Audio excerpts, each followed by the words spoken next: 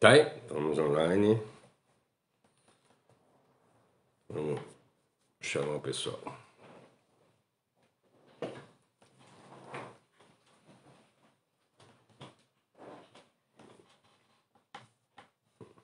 Compartilhar a live, quem tiver aí entrando, já vamos compartilhando.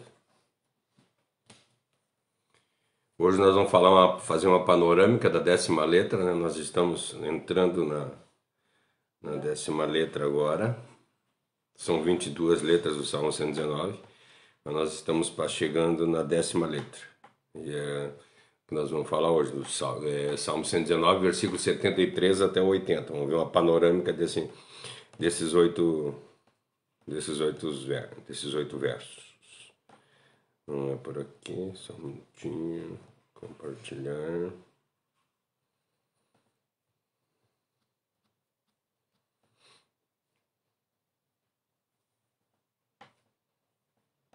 Quem vai chegando, nós vamos compartilhando.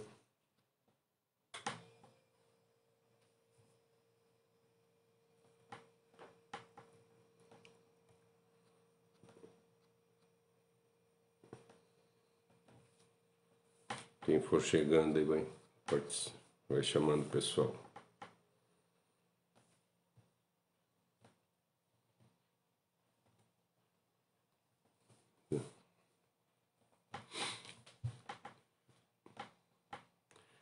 Seja bem-vindo quem está chegando. Só estamos compartilhando a live aqui. Já vamos começar já, tá, gente? Já vamos.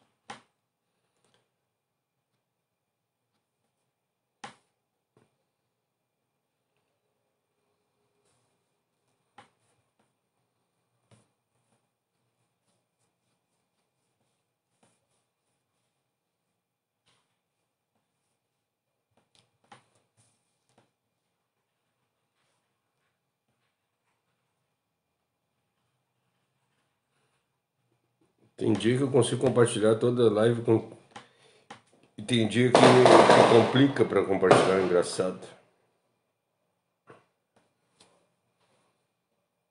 Mas vamos no que dá.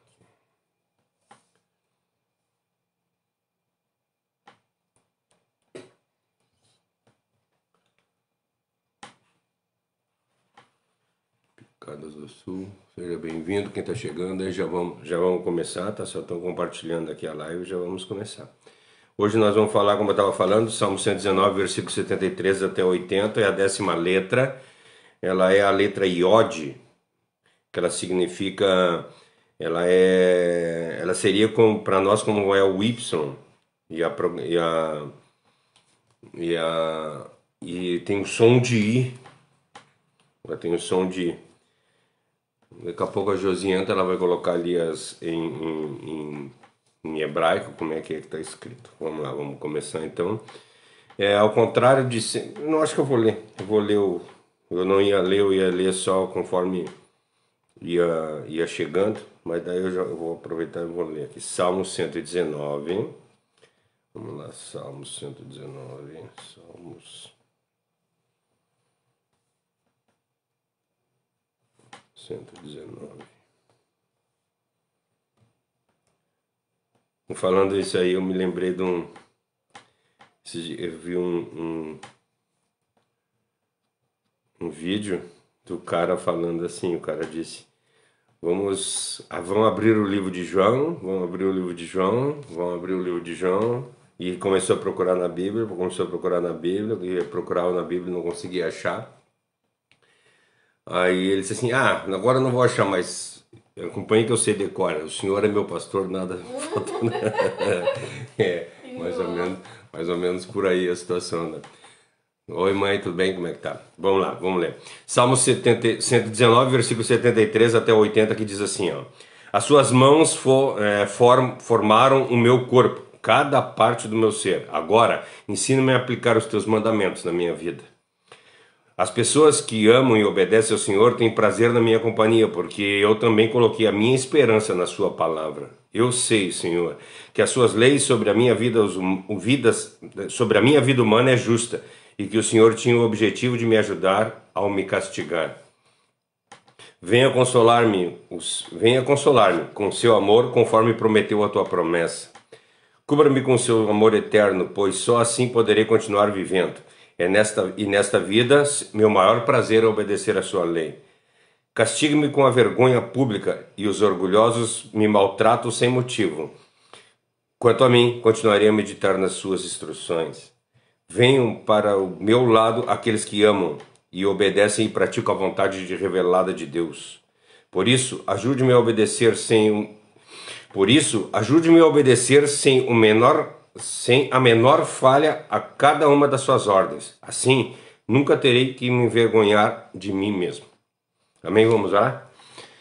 Querido Deus, amado Pai, quero levar minha oração à Tua presença, te agradecendo por tudo que Tu fez no nosso viver. Obrigado pela Tua palavra, obrigado, Senhor, pelo salmista ter deixado isso revelado na Bíblia, para que assim nós pudéssemos ler e ver o quanto ele amava a Tua palavra. E que nós possamos fazer a mesma coisa, que nós possamos colocar a Tua palavra em primeiro lugar na nossa vida, fazendo a Tua vontade todos os dias. Obrigado, Senhor, pelas maravilhas que Tu tem colocado no nosso viver, por ter não deixado faltar o pão sobre a nossa mesa, por ter nos dado o trabalho, o pão de cada dia, por ter dado-nos condições de honrar os nossos compromissos, fazer as Tuas vontades. Não permita que nós nos desviemos, mas que nós sejamos servos valorosos nas Tuas mãos. Opera no culto dessa noite, que a palavra venha de encontro, venha confrontar o nosso ser e transformar a nossa vida. Eu que te peço em nome de Jesus. Amém. Amém. Bem, gente, hoje nós vamos falar uma panorâmica. Hoje é uma panorâmica, né, para a gente ver esses 8 versículos. Como eu falei, a 10ª letra. A 10ª letra do Salmo 119, ela corresponde à letra Iod, que é o Y. Ela representa o numeral 10, né, por ser até a 10ª letra. Ela não trata de coisas mínimas, nem de rótulos e nem de futilidades. Ela é bem profunda. Se nós fizéssemos colocar um título nesse bloco de letras, nessa 8ª, nós colocaríamos mais ou menos assim: como eu gosto da tua lei. Esses oito versículos ele fala sobre isso mais ou menos. O profeta está profundamente triste. Nós lemos os versículos anteriores que nós estávamos estudando, que ele estava falando a respeito de aflição, que ele estava sendo afligido, né? Então ele está profundamente triste, mas ele espera ser libertado e se tornar alvo de bênção nas mãos de Deus. Depois nós passamos por uma parte que essa porção vai encontrar a descrição da experiência pessoal que ele tem com Deus. Uma força, e isso dá força para a experiência, dá força para ele poder falar a respeito de Deus em relação aos outros.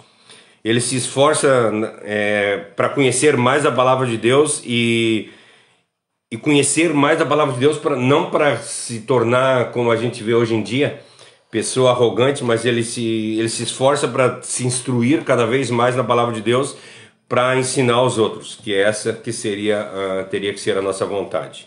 Nós vemos, só para dar um panoramazinho do panorama, o versículo 73, nós lemos ali, ele está buscando a instrução. No versículo 74, ele diz que ele espera e deseja ser recebido pelos outros crentes.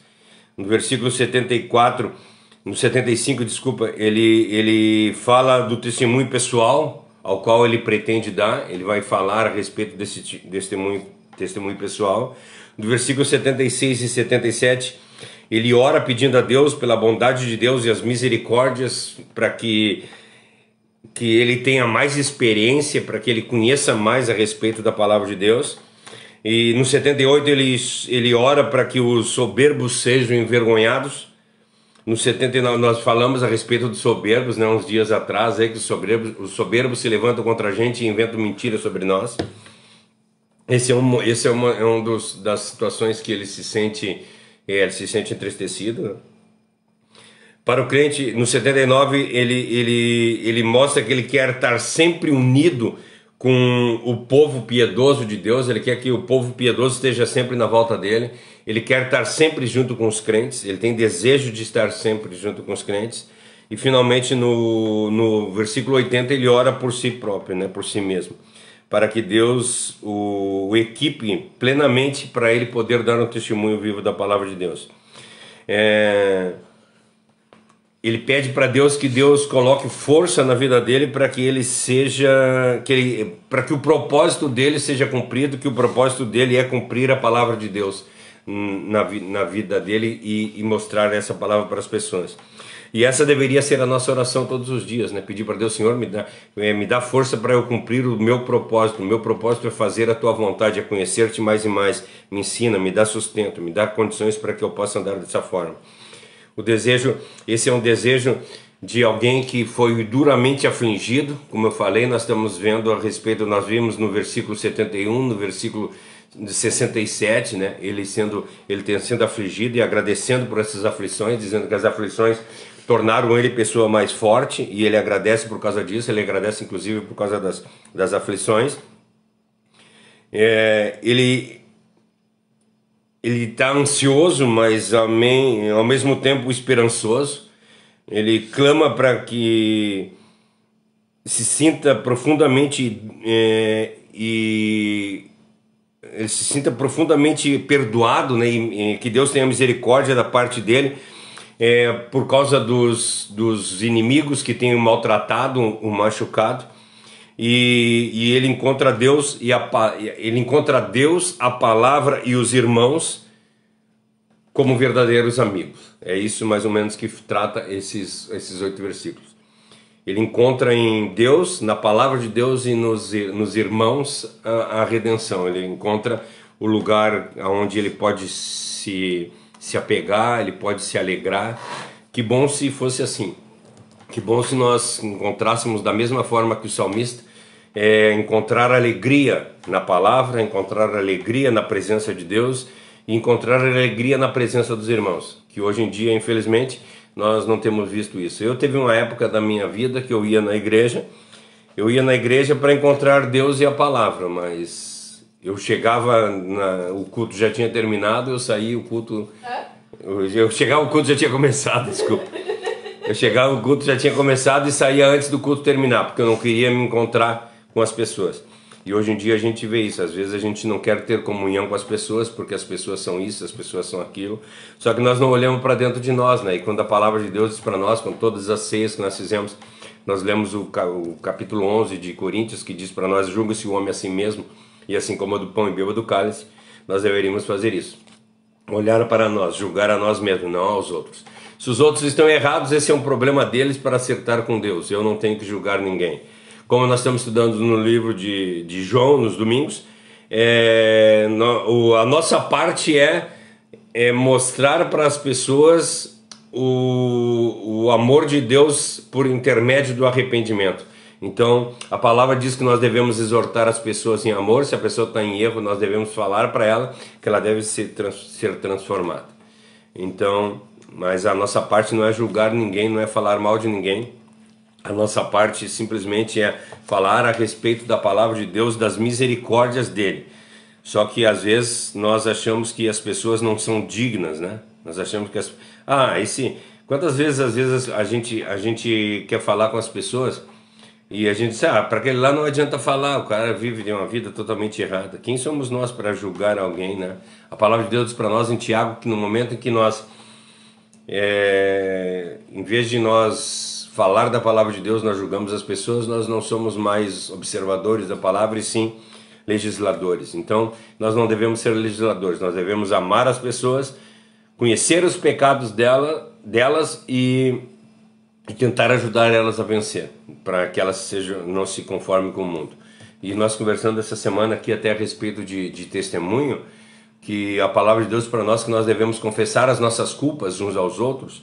Isso é muito interessante porque nós precisamos confessar, porque no momento em que nós confessamos as nossas culpas, por exemplo, eu confesso a minha culpa para alguém, essa pessoa vai me dar força para eu conseguir vencer as minhas dificuldades.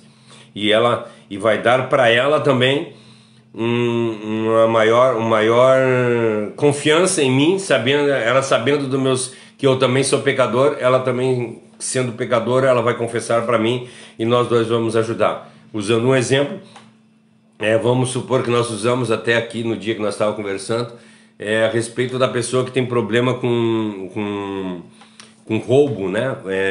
Pessoa que é cleptomaníaca. Aí ela diz assim, eu tenho um problema, eu sou cleptomaníaco, confessa para uma outra pessoa. Aí ela disse, então tá, não te preocupa que de agora em diante eu vou andar contigo, daí eu vou estar do teu lado, tu não vai... Eu vou te dar força para que, que tu não caia nessa tua dificuldade. E ao invés de a gente condenar, a gente vai ajudar a pessoa a se tornar uma pessoa melhor e se transformar. Isso é confessar os pecados uns para os outros.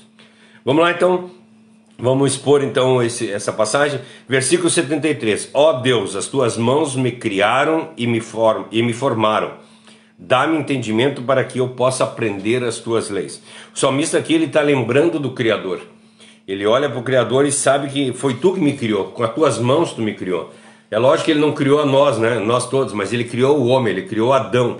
É isso que nós temos que pensar. Quando lá ele criou Adão, ele criou com as próprias mãos.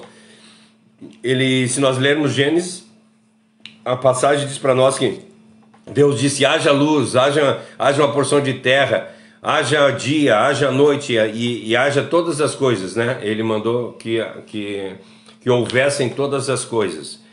E aí na hora do homem ele não mandou que houvesse, ele mandou que façamos o homem a nossa imagem conforme a nossa semelhança. Pegou do pó da terra e criou o homem, montou o homem. Então ele está mostrando aqui uma atitude de reverência, de gratidão a Deus pela afeição que Deus tem pelo ser humano. Que ele fez todas as coisas, mas ele criou o ser humano com as suas próprias mãos. Quando nós lemos o livro de Gênesis lá, que fala para nós que todas as coisas foram feitas e apareceram mediante a sua palavra, mediante o mandar, né, que eu falei. Mas quando a criação do ser humano, a gente lê o seguinte: então formou Deus o homem do pó da terra e soprou-lhe nas narinas, e o fôlego de vida houve. E o homem passou a ser alma vivente. Ele teve um cuidado todo especial quando ele fez o homem. Mas qual o motivo, né? Às vezes, por que ele fez? Todas as coisas apareceram e o homem ele fez com as mãos. Ele disse: vão fazer o homem. E pega o homem e sopra na narina do homem. Qual é o motivo dele ter esse cuidado com o ser humano? Se nós olharmos tudo que ele fala, tudo houve, né? Como eu falei. Quando ele diz o homem, façamos o homem a nossa imagem conforme a nossa semelhança. Nós somos a imagem de Deus, seres inteligentes.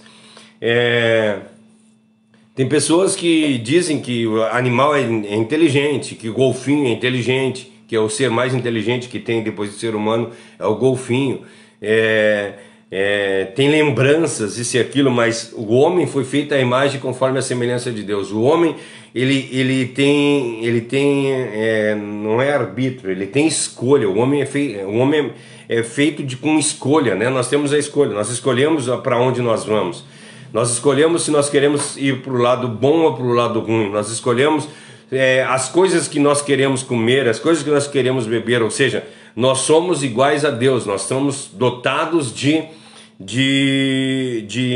vontade, né? Nós temos a vontade. Até por isso nós fizemos tanta coisa errada, né? Por ter a nossa vontade e deixar essa nossa vontade colocar essa vontade em prática. E isso atrapalha bastante. O ser humano também, se nós parar para pensar, quando Deus criou o ser humano, nós cremos que a palavra de Deus diz para nós que quando Deus criou o homem, ele escreveu no livro da vida o nome de todas as pessoas que seriam salvas. Então nós cremos na salvação antes da criação. Nós somos salvos desde antes da criação do mundo, é assim que nós cremos. E então quando Adão pecou, Deus não foi pego de surpresa, né? Que às vezes a gente acha assim: Deus colocou Adão e colocou ali, e se ele não quisesse que Adão pecasse, ele não tinha colocado o fruto da árvore da vida. Não, ele colocou Adão ali, ele colocou o fruto da árvore e sabia que Adão ia comer o fruto da árvore. Ele sabia todas as coisas. Sabia que ia vir Moisés, que ia colocar a lei, que não ia dar certo, e sabia que ia vir Jesus Cristo. E como ele sabia que ia vir Jesus Cristo, ele tinha que criar algo que comportasse o Deus aqui na terra. Isso é maravilhoso quando a gente começa a pensar. Quando Deus fez o homem, com todo o cuidado que ele fez o homem porque ele sabia que Deus habitaria naquele ser. Então, quando ele criou o homem lá, ele sabia que Deus ia estar em forma humana, que Deus ia ser dotado, que a forma humana ia ser dotada de Deus. Por isso que quando Cristo esteve aqui na terra, ele foi capaz de se acomodar de um ser humano, sendo 100% ser humano e sendo 100% Deus ao mesmo tempo. Ele tinha capacidade para isso. E qualquer outro animal que existe sobre a face da terra não teria condição de fazer isso. Por isso que quando Deus fez o homem, ele não disse que haja, ele fez o homem. Eu vou fazer o homem porque eu um dia vou estar num corpo desses. Esse foi o cuidado que Deus teve. Para alcançar esses objetivos, Deus se envolveu diretamente com o ser humano. Ele formou o ser humano da terra. A palavra em hebraico lá que fala para Adão é Adam, né? E Adaman, ele é solo. Então o Adaman, ele pegou do Adam e fez o Adam. Nossa, cara, é coisa profunda. E sopra nas narinas do homem, que seria na palavra lá Niremat, que é o fôlego de vida. Ele pega o pó da terra, que é o Adam, transforma em Adam e sopra o Niremat, que é o fôlego de vida. Ou seja, tudo é de acordo com a vontade de Deus. É profundo demais. E isso tudo isso tudo quando Davi está falando aqui, que ele diz que formou Deus, ó Deus, as tuas mãos me criaram e me formaram. Ele está simplesmente agradecendo toda essa expressão que Deus fez para que ele pudesse viver. E quando a gente olha para o nosso corpo, nós não devemos olhar... Eu falei um pouco aqui a respeito de domingo, quando a gente diz assim, quando João Batista fala, né? Eu não sou digno de atar as suas sandálias. Ele não está falando do ser humano não ser digno. Ele está falando do ser humano não ser digno em comparação com Deus. É isso que nós temos que entender. Nós somos os seres privilegiados aqui nessa terra. Nós somos a criação de Deus. Deus criou, Deus não simplesmente formou, não, ele criou, ele fez o homem com as suas próprias mãos, ele teve um cuidado, ele colocou o fôlego de vida, ele soprou no homem. Todos os outros animais são irracionais, o ser humano não. É isso que nós temos que entender. A Bíblia fala que nós somos exclusivos aqui na terra, e isso que o salmista está dizendo aqui. Então esse seria o primeiro ponto que eu queria falar a respeito disso, que o salmista lembra a respeito do Criador. E na segunda parte do versículo ele falando que Deus sendo o Criador, a Bíblia se torna automaticamente um manual de fabricação, um manual de instrução do ser humano. Nós precisamos ler o manual de instrução. Eu já comentei aqui um tempo atrás a respeito de que quando nós compramos alguma coisa, nós compramos qualquer aparelho que a gente compra, ele vem com manual de instrução. Se nós não pegar esse manual de instrução e não ler, nós vamos perder muita coisa a respeito disso. Eu uso aqui em casa a ideia do micro-ondas. Para nós o micro-ondas ele serve para esquentar café, para esquentar comida. Isso que serve o micro-ondas. E não, micro-ondas, gente, tem pessoas que fazem comida no micro-ondas, fazem banquete. Faz banquete, faz sobremesa, faz tudo que é tipo de coisa no micro-ondas. Por quê? Porque nós não lemos o manual de instrução. Tu pega um telefone celular, o telefone celular tem 800 mil funções. A gente usa 3, 4 funções, 5 funções. Nós não usamos todos os recursos que o fornecedor nos dá. Não, por quê? Porque nós não conhecemos. E nós temos preguiça de ler o manual. Nós não pegamos o manual ali para ler como é que funciona. Às vezes a gente pega o negócio, abre, joga o manual fora e liga ainda. E ainda liga o 110 no 220, que nem isso a gente vê. Então, a Bíblia é o nosso manual de instrução. Nós precisávamos estar constantemente lendo a palavra de Deus para entender o que ele quer fazer. E aí entra o pedido do salmista, que ele pede para Deus: cria em mim, Senhor, o desejo de conhecer a tua palavra. Ensina-me, Senhor, a andar nos teus caminhos. Faça com que eu tenha desejo de cada vez mais conhecer o meu Criador. Faça com que eu tenha desejo de ler o manual de instrução para eu saber como é que eu devo agir ou devo fazer. O salmista deseja viver de acordo com os mandamentos de Deus. Ele clama para que Deus dê força para ele, para que ele possa fazer o melhor possível para ele. É isso que nós deveríamos orar. A palavra diz para nós que nós precisamos dar honra a Deus, toda honra e toda glória seja dada a Deus. É isso que nós temos que fazer. Tudo que nós façamos, tudo que façam, né? Isso está escrito em Coríntios 10:31, está também escrito em Colossenses 3:23, se eu não me engano, que diz que quer comais, quer bebais, faça isso para a honra e para a glória de Deus, que nós devemos fazer todas as coisas, tanto em atos quanto em pensamentos, de acordo com a santa e maravilhosa vontade de Deus. É isso que nós precisamos fazer. Nós precisamos usar a nossa vida em prol da palavra de Deus, em prol de Deus. É isso que o manual nos ensina. Mas nós não lemos o manual. Aí nós queremos agir do jeito que nós queremos. Nós fizemos as coisas conforme nós achamos que é melhor. Deus concedeu a capacidade de nós compreender os mandamentos de Deus. Ele nos deu capacidade de viver santamente, em um modo prático e efetivo. Só que o ser humano não quer isso. O ser humano, a palavra de Deus diz para nós em Romanos 7 que o bem que eu quero fazer eu não consigo fazer, mas o mal que eu não quero fazer, esse eu faço. Nós somos tomados por carne, nós somos carne, e nós nunca vamos chegar a lugar nenhum se nós não nascermos de novo. Nós precisamos mudar, nós precisamos pedir para Deus, assim como o salmista diz assim: Senhor, eu sei que tu me criou, me ensina a andar nos teus caminhos, me ensina a fazer as tuas vontades, me ensina a ser uma pessoa correta que ande de acordo com a tua santa e maravilhosa vontade.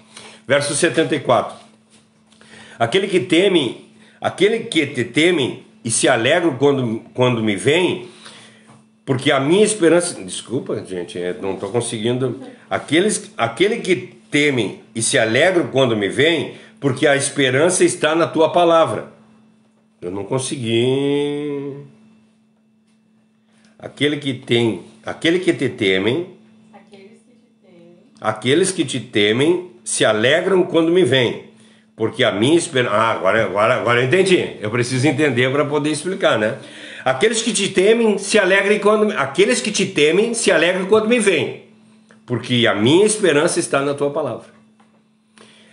As pessoas que me veem, elas se alegram porque sabem que eu me alegro, eu tenho esperança na palavra de Deus. Eu não posso... eu tenho que mostrar para as pessoas que eu alcancei a graça de Deus para mim. E elas podem alcançar também. Por isso que ele se alegra em estar na presença dos irmãos. Ele se alegra. E aqui ele está falando nesse texto que ele está querendo dar um testemunho da vida dele. Gente, eu mudei de vida. Deus me transformou. E por causa dessa transformação, Deus pode transformar a vida de vocês também. Eu posso trazer para vocês esperança para andar nos caminhos de Deus. Especialmente... porque essa graça é transformadora. E quando a nossa vida se transforma por intermédio de alguma coisa, as pessoas que estão na nossa volta, que são inteligentes, elas vão querer ser transformadas também.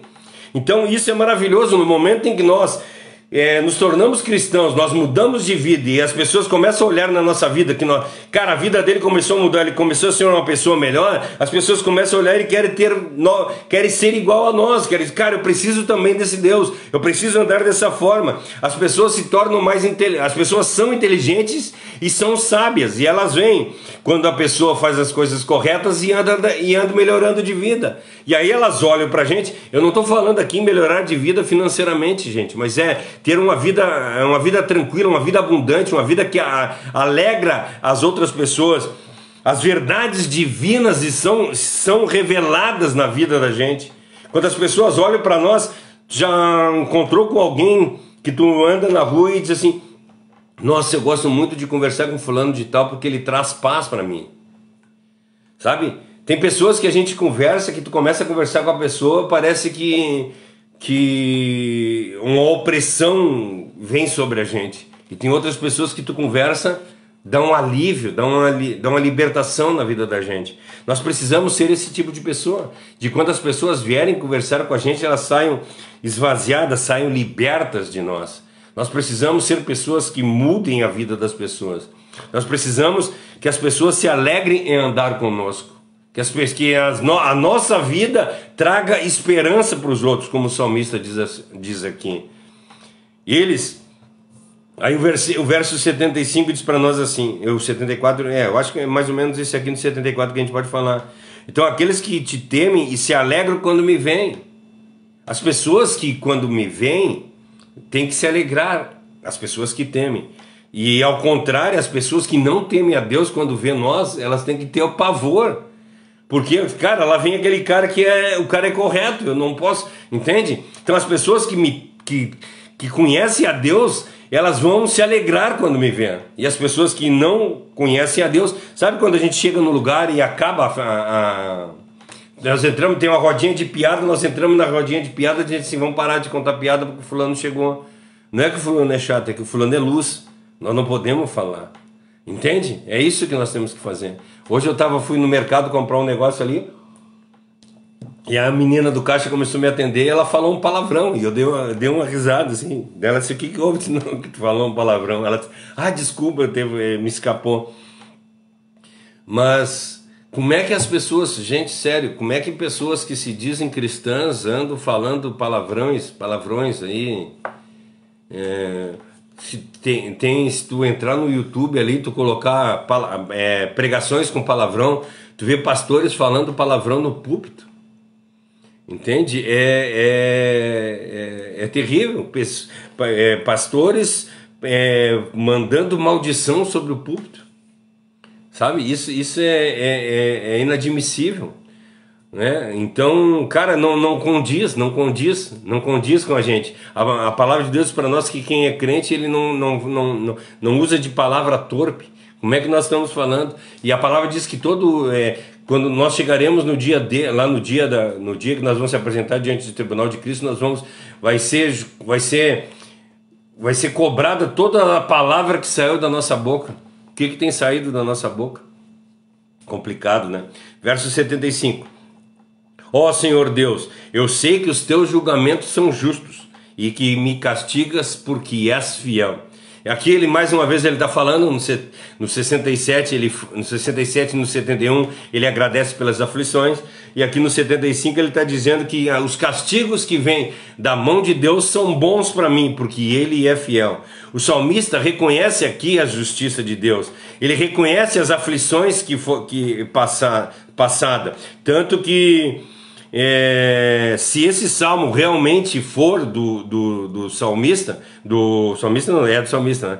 Se esse salmo realmente for do rei Davi, é uma verdade grande, porque nós vemos na vida de Davi o quanto ele sofreu, o quanto ele padeceu, ele foi perseguido pelo próprio filho para ser morto, o próprio filho quis roubar, ele foi perseguido por Saul para ser morto, ele passou uma vida toda de aflição, a vida inteira sendo perseguido, e mesmo assim ele nunca abandonou Deus. Então, se foi Davi, e é mais fácil de ser entendido, também tem a possibilidade de ter sido escrita por Esdras, né? Nós não sabemos quem escreveu o Salmo 119, mas se nós olhamos como for Davi, como tendo sido Davi que escreveu, nós começamos a entender aqui isso que ele está dizendo. Senhor, tu me castiga porque tu é fiel. Todos os castigos que eu passei na vida não foi por acaso. Eu passei porque eu mereci, porque eu fiz coisas que eu não devia, sabe? E aí às vezes a gente reclama com Deus e diz, por que isso está acontecendo comigo? Por que tal coisa está acontecendo comigo? E nós não olhamos para trás para ver as coisas que nós fizemos. Nós simplesmente estamos recebendo a paga daquilo que nós fizemos. A palavra de Deus ela é pura e diz, tudo que tu plantar, tu vai colher. Então, se a gente plantou pepino, nós não vamos colher rosa, de jeito nenhum. Nós vamos colher pepino. Então, a não ser que seja pela misericórdia de Deus, né? Que às vezes Deus pode ter misericórdia de nós e transformar a nossa vida. Por isso nós oramos, Senhor, tem misericórdia de nós, todos os dias. E nós nos agradecemos por isso. Agora, outra que eu me lembrei foi um pastor pregando que disse assim, a palavra de Deus se renova todos os dias. Gente, E pior é que eu vejo um monte de gente falando a respeito disso. A palavra não se renova. A palavra não se renova, a palavra é a mesma. Foi ontem, é hoje e vai ser eternamente. O que se renova todos os dias, que fala em Lamentações, no capítulo 3, do verso 20 em diante, diz para nós que as misericórdias do Senhor se renovam dia após dia. As misericórdias sim, a palavra de Deus não, a palavra de Deus é única. E por que ele fala isso? Nós vemos lá em Hebreus 12:6 que diz que o Senhor corrige e ama, o Senhor corrige a quem ama e açoita os filhos que o têm. Então, se nós estamos sendo repreendidos por Deus é porque Deus nos ama. Se nós estamos sendo açoitados por Deus é porque Ele nos considera seu filho. Então que bom que se nós estamos sendo afligidos, porque Deus está mostrando que nos ama. Que bom que nós estamos sendo repreendidos quando nós fizemos coisas erradas, porque Deus está mostrando que nos ama. Se Ele tivesse nos deixado de lado, nós conversamos isso também essa semana, nós fomos fazer uma visita, e as pessoas hoje em dia elas estão vivendo, vivem um pé no mundo e um pé na igreja. Não é hoje em dia, eu acho que desde que eu me converti assim, as pessoas não tomam... O tempo inteiro. Desde sempre, né? Mas é um pé no mundo e um pé em Deus. As pessoas têm mais medo de ir para o inferno do que perder a vida, sabe? Então as pessoas deixam de fazer as coisas para não ir para o inferno. E eu falei aqui, foi no domingo, né? Que eu falei no culto, né? Quarto domingo eu falei aqui. Gente, infelizmente eu vou dizer para ti, se tu não está fazendo as coisas para não ir para o inferno, eu tenho uma notícia para te dar. Tu vai para o inferno. Tu vai para o inferno. É o que eu estava falando sobre Romanos, né, que eu estava lendo e eu conversei com vocês, quando Paulo em Romanos 1 começa a citar que, tipo, Deus deixou evidente a existência dele, as pessoas, mesmo conhecendo a existência de Deus, optaram por negar, então Deus entregou as pessoas para os pecados e para as vontades delas, né? E aí cometeram homicídios, daí que ele cita super polêmica de homem se deitando com homem, e daí ele cita vários exemplos de coisas que aconteceram por Deus ter deixado o homem na sua própria consciência. E aí a gente olha e pensa, é verdade, ó, fulaninho vai pra festa toda noite, tá indo pro inferno. É verdade, fulana usa drogas, vai pro inferno. É verdade, fulano trai esposa, vai pro inferno. Primeira coisa que a gente pensa. E daí no capítulo 2 de Romanos ele começa falando, e vocês que acham que pode julgar, estão indo pro inferno também. Porque vocês estão julgando os outros fazendo coisa igual ou pior. O que faz vocês pensarem que Deus vai julgar o pecado daqueles e não vai julgar o pecado de vocês, né? E é justamente isso que a gente vive, não dá pra ser hipócrita. Sim. A gente tá em cima do muro. Porque a gente pensa que, por a gente frequentar um culto, ou por a gente ler meia dúzia de versículos por ano e dizer que é cristão, Deus não vai nos julgar e Deus não vai nos mandar pro inferno, né? Então, enquanto a gente está vivendo uma vida secular muito mais fiel do que uma vida cristã. O problema é que a gente, vamos lá, nós vivemos uma vida, mas eu não, tu conversa com as pessoas assim, mas eu não mato, não roubo e não traio a minha mulher, eu não tenho pecado. Gente, não é isso só pecado, gente, não é isso o pecado. O pecado é erro de alvo. No momento em que nós estamos errando o nosso alvo, nós estamos perdidos. A palavra de Deus diz para nós que só existe um caminho, Jesus Cristo. Se nós não confiarmos em Jesus Cristo, nós não vamos para lugar nenhum. Nós vamos para o inferno. Se nós não tivermos Jesus Cristo como nosso único e suficiente Salvador, nós vamos para o inferno. Não interessa quem tu seja, não interessa quanto dinheiro tu tenha, não interessa quantas ONGs tu tenha que faça o bem. Tu pode levar alimento para todo mundo, isso fala em Coríntios 13. Tu pode vender tudo que tu tem e dar para os pobres. Tu pode entregar o teu corpo para ser entregue, para ser queimado. Tu pode falar língua de anjos e língua de homens. Pode estar lá na igreja falando em língua sem problema nenhum, tu vai para o inferno junto. Tu vai para o inferno junto. Entende o que quer dizer? Se nós não tivermos Jesus Cristo em nossos corações, nós não vamos fazer nada. Quer saber como é ter Jesus no coração? Bem, aquele que me ama cumpre meus mandamentos. É isso. Quer saber quem é que tem o Espírito Santo? O Espírito Santo é aquele que mentia, não mente mais. Aquele que roubava, não rouba mais. Aquele que fazia fofoca, não fofoca mais. Aquele que... Agora, o cara lá na igreja, falando em língua, lá Bachúria, Suricanta e o Sirianda lá, e aí daqui a pouco ele tá falando mal do outro irmão lá, ele tem o dom de língua para falar em línguas e tem o dom de língua para falar mal dos outros. Isso é cristão? Não, isso não é cristão. O cristão não fala mal dos outros. O cristão exorta alguém que está em pecado. Está em pecado, ele vai lá e vai conversar com a pessoa. Cara, tu precisa mudar. Ele não está lá tripudiando em cima da pessoa, ele está lá amando a pessoa e dizendo: meu amor, meu querido, eu quero que tu vá para o céu. Então para de fazer o que tu está fazendo. Aquilo que o pai e a mãe fazem com os filhos. Que quando eu pegava os meus filhos, eu chegava e abraçava eles assim: olha, o que o pai falou? Falou tal coisa. E o que o pai disse que vai fazer? O pai vai me bater. Então o que o pai vai fazer? O pai vai te bater. O pai batia neles com amor, dois, três tapinhas, pegava, botava no colo e abraçava assim: o pai te ama muito, por isso que o pai tá te batendo. Se eu fosse filho de meu, eu dizia assim: o pai, para de me amar um pouco. Mas eu acho que, sabe, eu tava conversando com uma amiga esses dias e eu falei pra ela: tem muita gente que não consegue entender o conceito de paternidade de Deus porque não teve um bom exemplo de pai aqui na Terra. E eu falei pra ela, pra mim, eu acho que a face mais fácil de Deus pra eu enxergar é a face de pai. Eu consigo enxergar com muita facilidade Deus como meu pai, entendeu?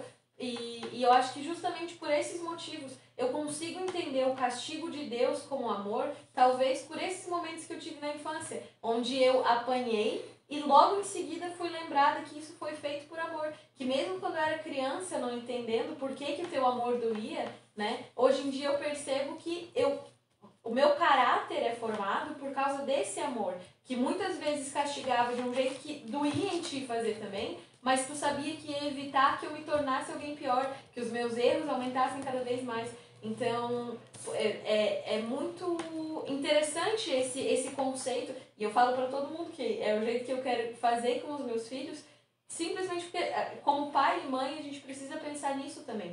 Tudo que a gente faz reflete na maneira que os nossos filhos vão enxergar Deus também, né? Então, para mim é muito claro enxergar o castigo como um ato de amor. Para mim é muito fácil não enxergar amor onde não tem castigo, né? Onde tem muita permissividade, eu não consigo enxergar amor. Eu não consigo enxergar amor em pais que deixam os filhos fazerem o que quiserem, porque a gente sabe qual é o fim de alguém que faz o que quer, né? A gente sabe que eu não estou falando nem no âmbito religioso, de vai para o céu ou para o inferno, mas aqui na Terra também. A gente sabe como é ruim a vida de quem é mimado e faz o que quer e não sabe ouvir os outros, né? Então eu consigo sentir claramente essa diferença. E é isso que o salmista está tentando falar aqui, quando ele diz: Senhor, meu Deus, eu sei que os teus julgamentos são justos e que tu me castiga porque tu é fiel. É isso que ele está tentando falar aqui nesses versículos. Ele está dizendo para nós: Deus me ama tanto que ele me castiga, por causa que ele quer que eu seja uma pessoa melhor. Ele me transforma, ele faz de mim um servo valoroso nas mãos dele. É isso que nós precisamos pensar. É esse tipo de pensamento que nós temos que saber. Cara, eu estou sofrendo isso que eu estou sofrendo agora, eu estou passando pelo que estou passando. Justo ou não justo ou injusto pela minha percepção, cara, é o melhor para mim. E se for justo, gente, a palavra de Deus para mim é a melhor coisa. É muito melhor eu ser julgado por Deus que pelos homens. Então, se eu fiz alguma coisa errada, Deus vai me julgar, e eu vou sofrer na mão dos homens. Ou tu acha que eu não vou sofrer? Sabe, tem uma historinha de um rapaz que fez alguma coisa errada em alguma cidade. E quando ele chegou na cidade, lá antigamente, né? Antigamente tinha os donos da cidade, né? O delegado era juiz, era todas as coisas. E ele fez alguma coisa errada na cidade. E ele foi preso. E quando ele foi preso, que ele chegou para ser julgado, a gente vê nos filmes isso, né? O filme do Relâmpago McQueen, né? Ele faz uma coisa errada e ele vai para a cidade, e ele foi condenado. E quando ele foi condenado, ele chegou na frente do juiz lá, que era o carro velho lá, né? Ele era o juiz. E aí aconteceu isso com esse rapaz, ele fez alguma coisa errada e foi ser julgado. Quando ele chegou na frente do juiz, ele deu de cara com um amigo de infância dele. Ele disse assim: cara, tô feito, porque o meu amigo de infância não vai fazer nada de errado contra mim, né? E aí os caras falaram: ó, fulano de tal fez tal coisa, o que o senhor resolve? Aí ele disse assim, tá condenado, o que tu fez é grave, não pode ser, não podemos passar por cima, tu tá condenado, vai ficar preso durante 6 meses, ou tu vai ter que pagar como é que é quando... Fiança. Uma fiança de 10 mil reais para te poder sair livre, né? Tu vai ficar preso ou tu vai ter que pagar uma fiança de 10 mil reais. E aí, o cara olhou para ele assim, meu Deus, olha, meu amigo fez isso comigo. Aí ele pegou, desceu, saiu de trás da bancada, tirou a toga, meteu a mão no bolso, pegou um talão de cheque, assinou um cheque de 10 mil reais e deu para ele. Toma, e aqui está o pagamento da tua liberdade. O juiz é justo. O amigo, ele paga o preço. Entende? É isso que nós temos que fazer. E se nós somos cristãos de verdade, nós seríamos assim. Nós não passaríamos a mão por cima do nosso filho quando faz coisa errada. Entende? O problema, até essa semana nós estávamos conversando, é quando nós, aos que não são os meus, os rigores da lei, aos meus, as benesses da lei. Nós não podemos ser assim, nós temos que ser justos com todos. Nós temos que ser iguais com todo mundo. Se nós não formos iguais com todo mundo, o que vai acontecer? Aí, ao contrário do que a Cassi disse, cara, eu olho para o meu pai, eu não enxergo no meu pai o amor de Deus. Né? Então, assim, tu tem que olhar para o teu pai, tu tem que mostrar para o teu filho o amor de Deus. Não da boca para fora. Não da boca para fora. Como foi falado no versículo anterior, o meu jeito de agir tem que trazer esperança para as pessoas. Não foi isso que nós lemos um dos versículos anteriores? Quando as pessoas olham para mim, elas têm esperança. Será que é isso que meus filhos estão vendo? Será que é isso que o meu pai está vendo quando eu me dizendo cristão? Ou meu pai e os meus filhos estão olhando para mim e dizem assim, nossa, que baita hipócrita. Fala uma coisa e faz outra. Amém? Eu acho que é isso que o versículo 75 quer falar para nós. Versículos 76 e 77, eu vou ler os dois juntos porque eles fazem um bloco. Peço que o teu amor me console, como prometeste a mim, o teu servo. Tem compaixão de mim, e eu continuarei vivo, pois gosto de pensar na tua lei. O salmista aqui está dizendo que mesmo tendo sofrido aflições, ele nunca foi desamparado. Deus nunca esteve longe dele. Tudo, mesmo ele passando por todo tipo de dificuldade, nós vemos isso quando Paulo fala em Timóteo, que ele está abandonado na masmorra, mas não está desesperado. Desesperado é sem esperança, né? Ele não é desesperado, porque ele sabe em quem crê. Ele sabe quem está ali para dar socorro para ele. Como nós falamos uns versículos anteriores, lá na outra oitava, Deus é bom em todo o tempo, em tudo que faz. Então tudo que acontece na vida da gente, Ele é bom, porque Ele está pronto para nos socorrer. Ele está pronto para nos abraçar e estar ao nosso lado. O salmista possui absoluta confiança na bondade de Deus. E essa confiança, toda ela é baseada na palavra de Deus. Como eu falei um pouco antes, a palavra de Deus para nós é o nosso manual de instrução. Então, no momento que eu conheço o manual de instrução, a minha confiança em Deus está baseada no manual de instrução. Eu sei que se eu pegar qualquer equipamento e fazer ele funcionar de acordo com o que o manual de instrução está dizendo, ele vai ter uma vida mais longa. Então é isso que a palavra de Deus diz para nós. No momento em que nós colocamos a palavra de Deus na vida da gente, a nossa vida vai ser melhor. Ele não está se apegando a promessas especificamente. O problema é que o ser humano ele pega a palavra de Deus e quer saber só das promessas. Mas ele sabe quanto Deus é bom e fiel, inclusive nas aflições. E ele se guarda esperançoso no cumprimento da palavra dada por Deus. Ele sabe que tudo que Deus fez vai ser cumprido. As orações do salmista era conforme o que o próprio Deus dizia. As tuas misericórdias, Senhor. Ele ora para Deus porque ele sabe que Deus é Deus compassivo. Ele sabe que Deus revela compaixão. Ele sabe que Deus se compadece de nós. Ele sabe que Deus é condolente conosco. Ele está sempre disposto a nos ajudar. E ele usa isso. Ele se contorce. Deus se contorce quando vê os filhos dele passando por aflição. como foi falado, o pai quando está exemplando o filho, está dando exemplo para o filho, ele não se agrada de estar chamando a atenção do filho. Ele queria que o filho andasse nos caminhos corretos, mas o filho erra, nós somos seres humanos, então nós precisamos ensinar eles a andar no caminho correto, por intermédio às vezes de punição. E isso faz com que nós fujamos das nossas misérias.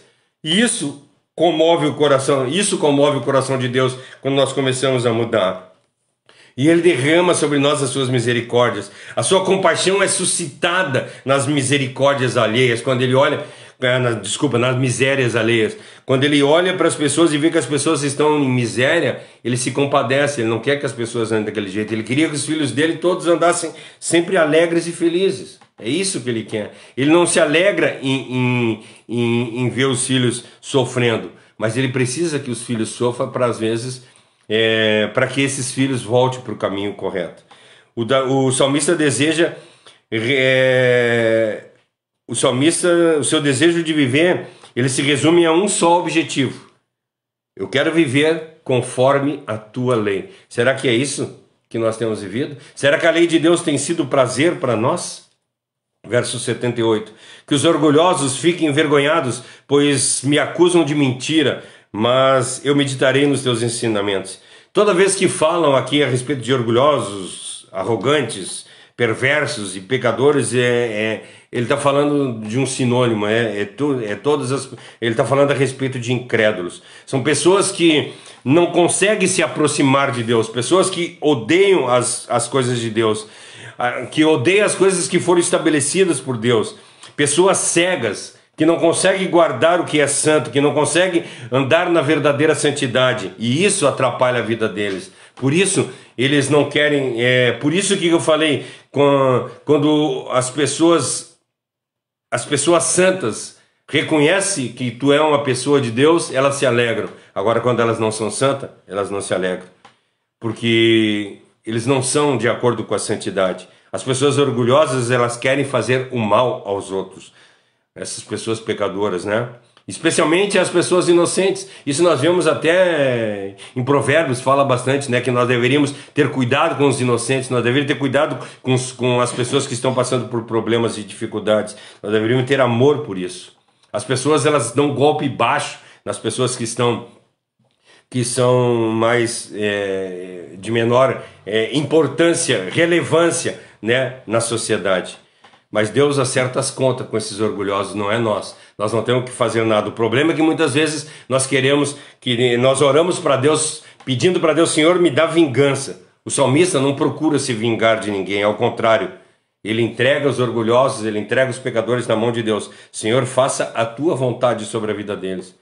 É isso que nós temos que orar. Se alguém está te perseguindo, se alguém está fazendo alguma coisa errada contra ti, simplesmente diz assim: Senhor, tem misericórdia dele, como tu teve de mim um dia. Transforma a vida dele, faz dele um crente verdadeiro. É essa oração que nós temos tido pelas pessoas que estão longe da palavra de Deus? Ou nós estamos orando, né? Assim como, lembra quando os apóstolos falaram para Jesus: Jesus, eles estão falando mal de ti. Tu quer que a gente vá lá e ora e desce fogo do céu para consumir eles? Aí Jesus disse: meu filho, para com isso, meu querido. Ô, meus queridos, não faz assim, não faz assim. Eles estão falando de nós, deixa eles falar de nós, não tem problema nenhum. Deixa que o dia deles vai chegar. Nós temos que orar pelas pessoas, elas estão se virando contra nós, ora por elas. E pede para que Deus transforme a vida delas, para que elas possam entender o Evangelho assim como tu entendeu um dia. Os perversos podem correr atrás de nós, mas jamais eles podem nos afastar da devoção que nós devemos a Deus. É isso que nós temos que entender. O cara está falando mal de nós, está fazendo tudo contra nós, mas isso não vai me afastar da devoção de Deus, porque eu sei em quem eu tenho crido. Né? Não é as coisas que estão acontecendo, como nós lemos, falamos a música aquela do Pablo Marçal, né? Então, gente, se acontecer as coisas para mim, Deus é Deus. Se não acontecer, Deus continua sendo Deus. Se eu tiver ação, Deus é Deus. Se eu tiver doente, Deus continua sendo Deus. Nada muda. Não é a circunstância que muda o meu amor por Deus, mas é muitas vezes o amor de Deus que muda a circunstância da minha vida. Verso 79, que venha para o meu lado os que te temem e os que conhecem os teus mandamentos. O salmista aqui ele está ansiando por comunhão.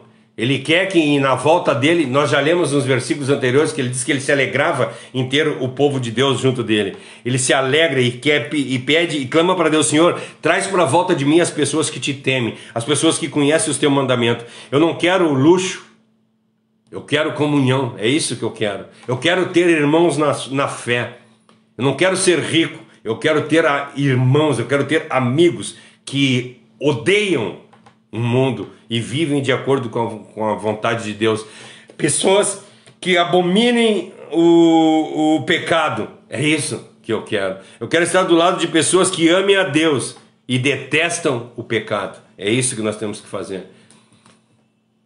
E de todos os pecados, o pior todas as vezes que eu falo, quando eu falo de pecado, uma das primeiras coisas que eu falo, vocês podem ver lá: quem roubava não rouba mais, quem matava não mata mais e quem fofocava não fofoca mais. Eu sempre falo isso, né? Sempre falo isso. Pega para mim, Cássio, para mim, faz favor, Provérbios 6, do 16 ao 19.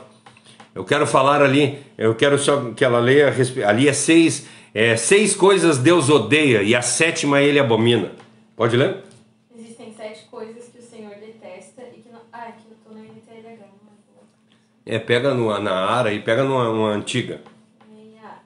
6 coisas o Senhor Deus odeia e uma 7ª sua alma detesta: olhos cheios de orgulho, língua mentirosa, mãos que derramam sangue inocente, coração que faz planos perversos, pés que se apressam a fazer o mal, testemunha falsa que profere mentira e o que semeia discórdia entre irmãos.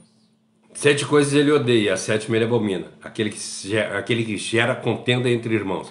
Mas tu quer ver uma coisa? Lê um por um. O primeiro pecado? Língua mentirosa. Língua mentirosa, ou seja, eu falo mal do outro. Segundo? Olhos cheios de orgulho. Olhos cheios de orgulho, eu sou melhor que os outros. Mãos que derramam sangue inocente. Mãos que derramam sangue inocente dos outros. Coração que faz planos perversos. Coração que faz plano perverso contra os outros.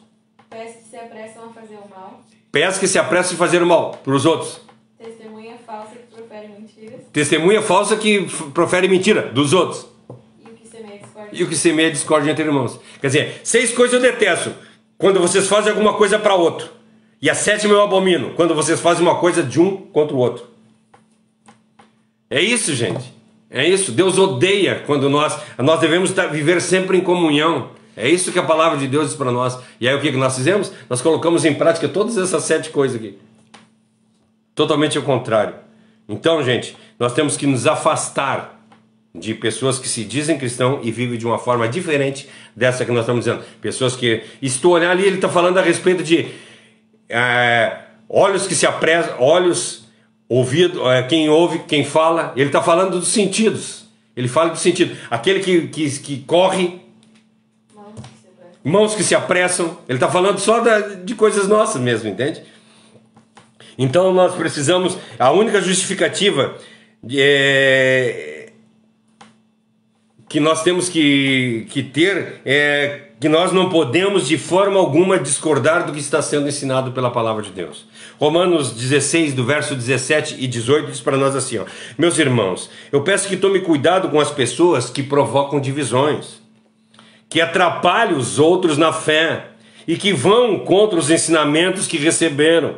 Afaste-se dessas pessoas, porque eles fazem coisas que não estão servindo a Cristo, o nosso Senhor, mas estão servindo sim a si mesmo. Por meio de conversas macias e bajuladoras, eles enganam o coração das pessoas simples. Gente, parece que nós estamos lendo jornal, né? Verso 80. Para nós encerrar, que já chegou 21 horas. Verso 80. O salmista termina o seu pedido exatamente aonde começou. Da mesma forma que ele começou lá no 73, ele acaba aqui no 80. Ansiando para que Deus coloque no seu coração, que transforme o seu coração em algo irrepreensível. Ele quer que Deus mude a vida dele. Ele quer colocar paz no seu coração. Ele diz que ele respeita a obediência e obedece os mandamentos de Deus. E se ele assim agir, tudo acontecerá de bom na vida dele. O salmista, como o salmista tem a obediência dos seus mandamentos, ele deve ser, a obediência dos mandamentos para o salmista deve ser o número 1 na vida dele. A prioridade da vida dele é fazer a vontade de Deus. Sinceridade e verdade são as únicas coisas que prevalecerão no dia do juízo. Então, se nós somos sinceros, nós somos leais, nós vamos chegar à presença de Deus. O hipócrita e o pretensioso serão envergonhados aqui, agora e lá no juízo também. Então, gente, que nós deixamos de ser hipócritas, que nós começamos a fazer a vontade de Deus e clamar a Deus: Senhor, muda os nossos corações. Que nossos corações sejam de acordo como um salmista o é, irrepreensível. Ele fez coisas erradas? Fez, mas toda a vida ele se arrependeu. Quando ele errava, ele corria. Uns versículos atrás nós lemos que eles, no momento que eu vi errado, eu de um salto eu voltei. É isso que nós temos que fazer. A palavra de Deus não diz para nós não pecar. Ela diz para nós, quando nós vermos que nós pecamos, nós convergermos direto, de imediato. E não deixar, amanhã eu me arrependo. Não, é agora já. Eu preciso mudar já, de imediato. Nós devemos, então, concluindo, nós devemos reconhecer Deus como nosso Salvador. E tudo aquilo que eu falei lá no verso 73, né? Que Ele é o Criador, Ele que teve cuidado e nos transformou, porque nós somos feituras dEle, nós somos conforme Ele era, e Ele fez o ser humano de uma forma que Ele pudesse habitar, porque Ele teve Jesus Cristo aqui, como ser humano. Então Ele teve um cuidado todo especial para fazer o ser humano. A sua palavra tem que ser guia na nossa vida, e infalivelmente guia na nossa vida. Nós temos que ter a palavra na ponta da nossa língua. Nós devemos conhecer a palavra de Deus não para ser arrogantes, mas para saber, cara, eu não posso fazer isso, eu não posso fazer isso. A palavra é meu guia, e ela tem que ser. A nossa esperança precisa estar centrada em Deus e não em homem nenhum. Nós temos que ter o nosso alvo, o nosso objetivo como Deus. Não é olhar para as pessoas assim: o fulano de tal é correto, eu vou ser igual a ele. Não, o meu parâmetro é Jesus Cristo. Eu preciso andar de acordo com o que Jesus Cristo fez. E o que ele fez? Cumpriu a vontade de Deus. Ele disse o que quando ele disse: Pai, passa de mim esse cálice, mas todavia não seja feita a minha vontade, mas a tua. Eu quero fazer somente a tua vontade. A nossa esperança tem que estar centrada sempre em Deus.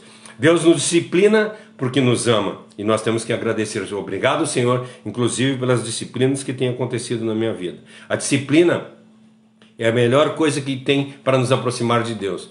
Se tu quer entender isso, volte uns versículos atrás, no versículo 67 e no versículo 71, que nós aprofundamos a respeito disso. Nós devemos entregar aquele que nos prejudica nas mãos de Deus. Nunca nós devemos querer nos vingar. Nós temos que entregar nas mãos de Deus. Senhor, faça a tua vontade, não a minha, mas a tua vontade. Nós não devemos nos distrair com as coisas do mundo, mas devemos estar com os nossos olhos fitos em Deus e nunca querer nos vingar de ninguém. Não devemos nunca desprezar a necessidade da comunhão. De forma alguma, nós precisamos estar em comunhão com nossos irmãos. Assim como o salmista diz assim: eu me alegro em estar na presença de pessoas crentes. Nós precisamos ter alegria em estar um do lado do outro. E que Deus conceda ao nosso coração, que Deus conceda que o nosso coração seja sincero e irrepreensível em todos os assuntos. E que a nossa obediência aos mandamentos de Deus seja perfeita. Que nós possamos parar de inventar: mas todo mundo faz, mas isso é normal, não é. Como eu falei no domingo, nós devemos andar de contra o mundo. Se o mundo está indo para um lado, nós temos que ir para o outro lado. Mas está todo mundo indo para lá. E Jesus nos seus passos, o que faria? Como é que nós temos andado? O que nós temos feito? Será que nós temos sido cristãos verdadeiros? Será que, como eu falei aqui, se eu tivesse que colocar um título nessa mensagem, eu ia colocar esse que eu falei para vocês: gosto de pensar na tua lei. Nós gostamos de pensar na lei de Deus? Nós nos alegramos em ouvir a palavra de Deus? Ou essa horinha que nós falamos aqui foi pesada. Às vezes a gente olha assim, nossa, 1 hora falando a respeito de... É muita coisa, né? Mas é que nós queremos... Eu costumo brincar de dizer assim, quando nós vamos no cinema, nós queremos sentar no melhor lugar. Quando nós vamos num show, nós pagamos até mais caro para sentar lá na frente do cara que está fazendo o show lá. Nós queremos estar perto da pessoa famosa. Quando nós vamos em algum lugar, nós queremos estar sempre aonde tem a massa, né? Tá todo mundo. E quando a gente vai numa igreja, a gente quer sentar lá no fundo para quando terminar o culto a gente fugir. Nós fugimos da presença de Deus. Nós fugimos da palavra de Deus. Se a palavra hoje aqui se eu pregasse para vocês assim, Deus vai te abençoar essa semana. Deus vai encher a tua vida de bênçãos. Tudo vai vir uma bênção dos céus e que nem um cara uma vez ele disse que ele tinha uma dívida e não conseguia pagar. Ele pegou o boleto, foi lá na porta do banco de noite e passou o boleto na porta do banco e no outro dia a conta estava paga. Gente, mentira. Deus não paga a conta nenhuma. Uma porque não foi ele que fez, a dívida não é dele, a dívida é tua. Mas Deus não paga a conta nenhuma. Ele pode ter misericórdia de ti e mandar alguém para te ajudar. Mas seja pessoa inteligente. Seja pessoa inteligente. E que nem fala o Cláudio Duarte, eu falo para vocês. Tudo que o diabo gastou na fatura do cartão de crédito de vocês, manda para mim que eu pago. Tudo, tudo. O diabo gastou tanto. Se mostrar lá, o diabo comprou um iPhone 27 lá. Eu pago. Gente, o diabo não gasta nada, quem gasta é nós. Então que Deus tenha misericórdia de nós, transforme o nosso viver, faça nós verdadeiros crentes, assim como Ele transformou a vida de Davi. E aí um dia ele poder dizer, Davi era um homem segundo o coração de Deus. Já pensou se um dia ele possa dizer isso de mim? Cláudio é um homem segundo o coração de Deus. Ele não disse que Davi não era pecador, e até a gente sabe que ele foi pecador e tudo o que ele fez. Ele adulterou, ele cometeu homicídio, e várias outras coisas, né? Ele amava mais um filho do que o outro, e ele continuava sendo pecador, mas o coração dele estava sempre disposto a andar de acordo com a vontade de Deus e de se arrepender pelas coisas que ele fez de errado. Amém? Fiquem na paz, que Deus abençoe a vida de vocês. Domingo nós estamos aqui novamente, às 18 horas, falando a respeito de Salmos, João, capítulo 1, do verso 19 ao 34, nós estamos falando agora. Como ser um cristão de verdade. Veja lá, daí você vai ver como é que é ser um cristão de verdade. Amém? Ora para nós, Gilson. Querido Deus, amado Pai, te pedimos, Senhor, que Tu nos abençoe, Pai, neste restante de semana. Que possamos estar, Senhor, com nossos corações e nossa mente direcionada a Ti, buscando aprender mais e mais da Tua palavra, buscando obedecer os Teus mandamentos e fazer, Senhor, cumprir em nossas vidas aquilo que Tu propôs para nós. Abençoa-nos, Senhor, e guarda-nos, Pai, em nome de Jesus eu te peço. Amém. Amém. Fique na paz e até domingo.